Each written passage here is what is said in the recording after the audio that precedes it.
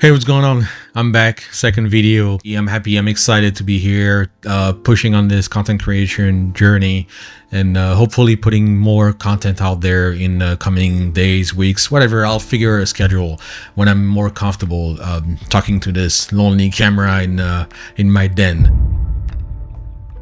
Today, I want to talk about the imposter syndrome, which is something that affected me for years. I'm not going to sit here and pretend that this is something that I've dealt with, but I can say that I'm able to minimize the effects of the syndrome, especially in a professional setting. I found a couple of ways, a couple of tips that I wanted to share with you guys, especially if you're in a creative field. If you feel like you're showing up with a camera to an event and you don't really belong there because you don't have the experience or you don't have the knowledge or you don't feel prepared, I'm going to try to help you the best way I can, or at least tell you what helps me and maybe you can relate. So let's get to it. So number one, acknowledge the fear, the feeling of being a fraud, the feeling of not belonging. This is something that you need to be aware of and really realizing that the best way to deal with is to accept it. It's a fear. It's okay. You can deal with it. As long as you realize it and you accept it, this is the first step, I would say, not to recovery, but to at least to feel better and feel more confident in front of clients. And that's really what matters. The more confident you look, the more confident you feel, the better your work will be. So I think that this is the first step and really probably the most important step, acknowledging it. Number two, focus on the process. This is probably the simplest of tips, but probably not the easiest because, life gets in the way. I would say that making sure that you're ready before the event, a day before, hours before, is one of the biggest confidence booster because you show up and you know that everything is going to be fine. You tested your camera, your batteries is charged, settings are right, lenses are in the bag, filters, everything is ready to go. This is, like I said, probably the simplest of tips, but this is probably the most efficient one. Get ready.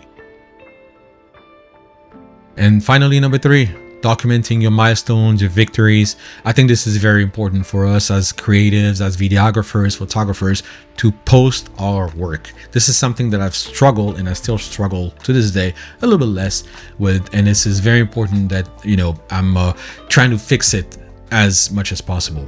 So I decided to post as much as my work as possible, work that I'm not super proud of and work that I'm very proud of. I need to be able to post my body of work on my socials, on my website and all that. This is very important for me, and this is something that I'm leaning towards more and more. I always had this fear of being judged, of having my work criticized by other professionals. I had this little voice in my head telling me, oh, you shouldn't post this because this guy is going to criticize it, or that guy is going to say it's bad, or you should have done it differently, when all of that doesn't matter. Most of the people that would criticize you or that would be in a position to criticize you are not your client, are not your audience.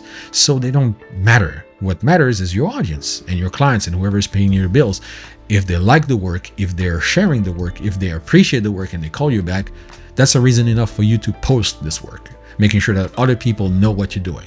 So if you could relate and these tips have been helping you, let me know.